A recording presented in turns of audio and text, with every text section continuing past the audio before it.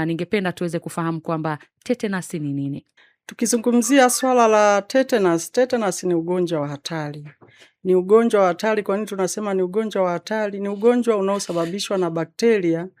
Kitaalamu tunaita aina ya bakteria huyo anaitwa Clostridium tetani. Na huyu mdudu tunaweza tukampata wapi? Anaweza akapatikana kwenye ardhi, udongo, anaweza akapatikana kwenye vinyesi vya wanyama, lakini anaweza akapatikana hata kwenye vumbi. Ni ugonjwa ambao hatuusikii sana, lakini ni ugonjwa hatari kwa sababu umekuwa ukifanyiwa kinga mara nyingi. Tumefanya kinga na ndio maana hatuupati kuusikia.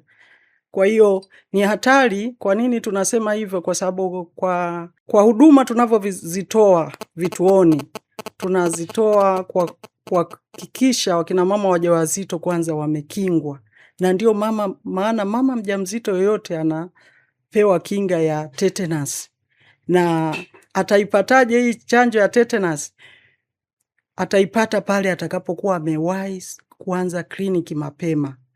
Akiwahi kuanza kliniki tunawapa chanjo, na mama yoyote, nadhani wamama wanafahamu kwamba tunapewa chanjo. Utakapofika kliniki unaambiwa nenda ukapate chanjo ya kuzuia pepopunda au tetanus. Kwa hiyo anapewa chanjo yake ya kwanza pale uzulio lake la kwanza, lakini chanjo ya pili anakuja kupewa akiwa amefikisha wiki 4 toka amepewa ile chanjo ya kwanza.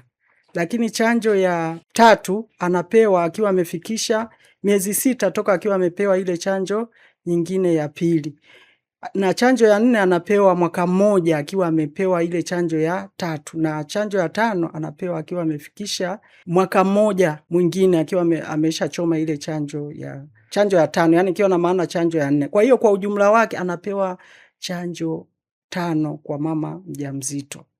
Kwa sababu ili uweze kupatiwa hii chanjo lazima uwe umepata changamoto. Kwa mama mjamzito tuna lengo la kutoa ni kuhakikisha tunamkinga mtoto wake. Lakini kwa mtoto mwenyewe tunatoa ili aweze kujengea kinga mwenyewe. Na vile vile kwa hao wengine ambao wanakuwa ameumia, aidha ameumia, ana kidonda ambacho kitahitaji sasa aweze kusafishwa au aweze kupata kinga kamili ili aweze kufanya nini? Kuweza kupata kinga. Yaani tuseme anakuwa kama nilivyosema awali kwamba hawa wadudu wa Clostridium tetani wanapatikana katika udongo, katika kinyesi. Kwa hiyo mtu yeyote anaweza akawa ameumia na kidonda kikubwa. Ugonjwa huu unaweza ukaambukizwa kwa njia mbalimbali, hasa pale mtu anapokuwa ana kidonda ambacho labda ameumia, amejikata au amechomwa msumari wenye kutu. Vipi kwa upande wa mwiba? Kuna baadhi watu wanasema ukichomwa na mwiba unaweza ukapata maambukizi ya tetanus. Kuna ukweli kuhusiana na hilo? Nashukuru ndugu mtangazaji. Uwezekano upo kwa sababu inategemea mwiba wa aina gani na umechoma sehemu gani. Kwa sababu tumeona kwamba huu ugonjwa upo kwenye udongo na upo kwenye vinyesi vya wanyama mbalimbali. Na maana naweza kawa na mifugo, mimi labda nimechoma mwiba au nimechoma kama nilivyosema msumari, lakini kazi yangu mimi ni kusafisha mbolea kwenye azizi ya ng'ombe na nini. Kwa hiyo uwezekano wa kupata ugonjwa upo. Elimu imetolewa, unakuta hata jirani tu atakwambia kama umeumia kapate chanjo ya tetanus. Kwa hiyo jamii imepata mwamko na inaelewa kwamba kinga ni bora kuliko tiba. Kwa hiyo dalili zake najua watu wengi inawezekana hatujaziona, lakini ni dalili mbaya sana na mwisho wake inakuwa ni kifo. Akipata kidonda, ameumia leo, anatakiwa awahi kituo cha afya kabla hajapata zile dalili za ugonjwa wenyewe. Sisi tunakinga ugonjwa usiweze kutokea. Endapo mtu atakuwa ameshapata ugonjwa, hayo ni mambo mengine, ataingia kwenye matibabu na nini. Lakini anapoumia, anatakiwa awahi kituo cha kutolea huduma, aweze kupata chanjo kwa mtiririko huo niliousema. Kwa majeruhi tunatoa dozi 2. Dozi ya kwanza ni pale anapoumia, anakuja anapata, ambapo hiyo haitamkinga. Akija kwa dozi ya pili ndo atapata kinga ya miaka 3. Lakini priority imetolewa kwa wajawazito na wale wenye umri wa kuzaa.